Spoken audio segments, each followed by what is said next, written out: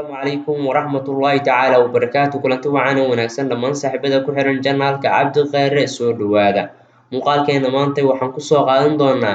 10 shay oo muhiim u ah guusha nolosha 10ka shay waxay kaa saacidin doonaan inaad ku guuleysatid waxyaabo badan oo doonaysid inaad ku guuleysatid haddii aad siday tahay ugu dabaqdid intaana muuqaalka u gudagelin fadlan haddaan ugu cusub tahay nagu soo biir oo janaalka subscribe noo dheh muuqaalkana inoo like share-kana ha ka ilaawin qaybta hoose commentiga inoogu reeb wixii fikir aad haydid haddii aad dooran lahayd waxyaabaha muhiimka ah ee aad ugu baahan tahay guusha maxay noqon lahaayeen waxaa laga yaabaa in liiskaaga ugu sarreeya ay noqoto shaqo mushaar fiican leh oo muhiim u ah guusha si kastoo ay u tahay waxaad hubsan kartaa in aanay guushu ku iman hal balse ay isbiirsadaan arrimo badan oo keenaya inay hirgalaan baabuur lacag guryo shaqo wanaagsan waa natiijada guusha waxyaabahani ma ahan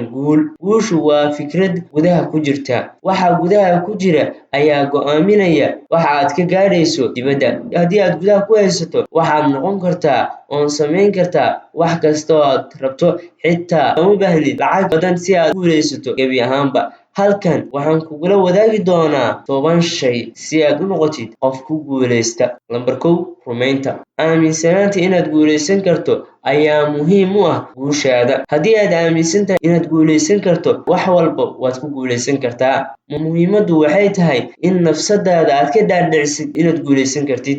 lambar 2 rumayn keligeed kuma filna waxaad u baahan tahay inay la socoto ficil joogto ah qaado hindisaha ugu horeeya oo qorshe tallaabo la taaban karo si aad u hesho diiradda si daacad ah ugu dhaqan qorshayaashaas si aad u gaarto yoolalkaaga oo aad u gaarto guul xusuusnaaw waxba ma dhaqaaqayaan ilaa aad ficil samayso mooyaane lambar 3 anshaxa ficil keliya kuguma filna waxaad u baahan tahay anshax si aad u guulaysato edbinta macnaheedu waa inaad isxakamayso fikirka iyo ficilka badan rabitaanka aasaasiga ah sida ku qanacsanaanta degdega ah anshaxa macnihiisu waa inaadan cudurdaar u samayn fulinta liidata ama fulinta aan ku filnayn qorshayaashaada iyo habka aad marayso guusha anshaxu waa caddaynta rabitaanka inaad guulaysato lambar 4 dadaalku wuxuu keenaa ama soo dedejiyaa inaad u dhowaatid mar walba oo u dhowaatid waddada guusha mar walba ood hore u socotid tillaab ku dartid waxaad noqon doontaa qof hela waddada guusha kadibna sidaa ku guulaysta waa inaad ku dadaashaa u shaqaysaa waqti u bixisaa lambar 5 adkaysiga dadka ugu guulaha badan waxay u adkaystaan sababahooda iyo dhaqankooda kamana tanaasulaan hadafyadooda iyo ujeedooyinkooda xitaa marka arrimuhu aysan u socon sidii ay doonayaan mar walba oo caqabad ay ka hor timaado isma dhiibaan way dulqaataan way adkaystaan waxay noqdaan dad adkaysi leh mar walbana waxay yihiin kuwo aan marnaba isdhiibin way adkaystaan wayna dulqaataan mar walba oo noqotid qof samir iyo iimaan leh oo ku celceliya shayga guushu xaggaaga ayay ahaa doontaa guushu kuma timaado adkaysi la'aan samir la'aan iyo ku celcelin la'aan lambar 6 aragtida dabeecadda saxda waa maangal dabeecad togan mowqifka macquulka ah dabeecadda togan waxaa suurtageliya yididiilo dhista kalsoonida waxayna fududaysaa saaxiibtinimo dhab ah lambar 7 dabeecaddu waa qofka aad tahay sida aad tahay ayay dabeecaddaada sheegaysaa haddii dabeecaddaada ay wanaagsan tahay bulshada waad soo jiidan kartaa qof kastana waa la dhaqmi kartaa midka dabeecadda xun midka dabeecadda wanaagsan mid walba waa la dhaqmi kartaa wax walbana waad xalisan kartaa balse haddii aad tahay qofan dabeecaddiisu wanaagsanayn wax walba waad iska khasaari doontaa wax walbana waad iska xiri doontaa waddooyin waaweyn ayaad iskaga xiri kartaa waddooyin waaweynna waa ku furan kartaa dabeecaddaada haddii aad adigu tahay qof dabeecaddiisu ay wanaagsan tahay waddooyin waaweyn ayaad ku furan kartaa haddii aad tahay qof dabeecad xunna waddooyin waaweyn ayaad iskaga xiri kartaa lambar 8 guushu waxay ku timaadaa nafurid waa inaad diyaar u ahaataa inaad u hurtid waqtigaaga inaad u sabartid tanaasulaad samaysid waxyaabo badan baa kaa hor imaanaya waxyaabo badan baa ku dhaafaya waqti dheer bay kaa qaadanaysaa waqti gaar ah waa inaad siisid waxyaabo badan waa inaad juhdi dadaal mararka qaar laga yaabaa inuu hurdo la'aan kugu dhacdo mararka qaar laga yaabaa inaad waqti weysid waxyaabo badan baad way doontaa balse waxaa lagaa rabaa inaad u dulqaadatid mar walbana ogow guushaadu yaysan noqonin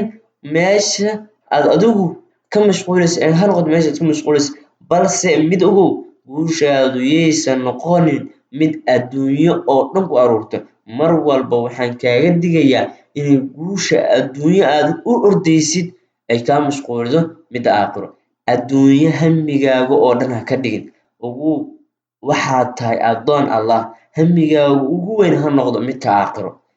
waxaan arkaysid dhiirigelin weeye balse laguma dhahayo aakhiradaada ka tag ee adduunyo u go mar walba waxaa lagu leeyahay aakhiro iyo adduunyaba raadso ilaahi subxaanahu watacaala kuma dhihin adduunyada ka tag aakhirana ka tag weli ee labadaba raadso ayaa lagu yiri mafahantid marka waxaa lagaa rabaa nafsadaada inaad dhiirigeliso waqtigaaga qaar kamid ah siidid adduunka waxaa lagugu fasaxay inaad u raadsatid waxa weeyaan waxaa lagaa rabaa inaad ka maarmatid inaad ibni aadan gacanta u horsatid aakhiradana waxaa la rabaa inaad cadaab ka badbaadid cara allahna ka badbaadid sidaa weeyaan hadda waxaan rajeynayaa inaad fahamtay lambar 9 hal abuur waa inaad hal abuur leedahay inkastoo hal abuurka aanu keligiis guusha ku gaarsiin karin haddana waa shay muhiim u ah guusha awoodahaaga hal abuurka kartidaada iyo xirfadahaaga ayaa kaa caawin kara inaad si firfircoon u qabato oo aad u xalliso dhibaatooyinka si macquul ah la soco sirta aan dhammaadka lahayn ee ruuxdaada hal abuurka leh iyo kartidaada si aad ugu shaabadayso awooddaada ku dhaqanka hal abuurkaagu waa shayga kaa sooci kara tartanka oo damaanad qaadi kara badbaadadaada iyo guusha ugu dambaysa number 10 mahadnaq guusha dhabta ah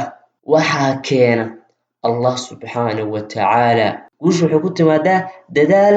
iyo caawinaad Allah subxaanahu wa tacaala ku siiyo ilaahay haddii uusan ku caawin kuu gargaarin ma helaysid guusha mahadnaqa waxaa mudan Allah kadibna waalidka asxaabtaada saaxiibadaada dadkaaga kale ehelkaaga waxaas dhan iskaga mahadcelin laakiin first one ama ugu horeynba Allah subxaanahu wa tacaala ayaa u mahadcelinaysaa ilaahu adiga maad kuu sugnaatay ugu weligaan xusuusnow Allah subxaanahu wa tacaala mar walba waa garabkaaga haddii aad noqotid qof ahlu khayr ahlu dikriya ilaahi subxaanahu wa tacaala garabkaaga weeyaan laakiin haddii aad noqotid qof ahlu shirkiya ilaahay cadaabkiisa waa mid aliim oo daran yahay qofkii ilaahay ka jeesta ilaahay wuu ka jeesan qofkii u soo carana ilaahay subxaanahu wa tacaala wuu soo dhaweyn wuu u gargaaro wuu u kaalmay waa naxariis badane ilaahay addoommadiisa midkii ku shukriyana wuu ogyahay midkii ku kufriyana wuu ogyahay midkii nimcaduu siiye uga mahadiyana wuu u siyaadiyaa midkii ku kufriyana ilaahi subxaanahu wa tacaala isma dhiba asugu wuu xisaabiyaa cadaabuna geliyaa ilaahay inuu dembi dhaafo waxaan rajeynayaa muuqaalkan inaad wax badan ka faa'iiday fadlan haddaan ugu cusubtahay nagu soo bir oo channelka subscribe noo saar aad oo billahi tawfiiq assalaamu calaykum waraxmatullaahi wabarakaatu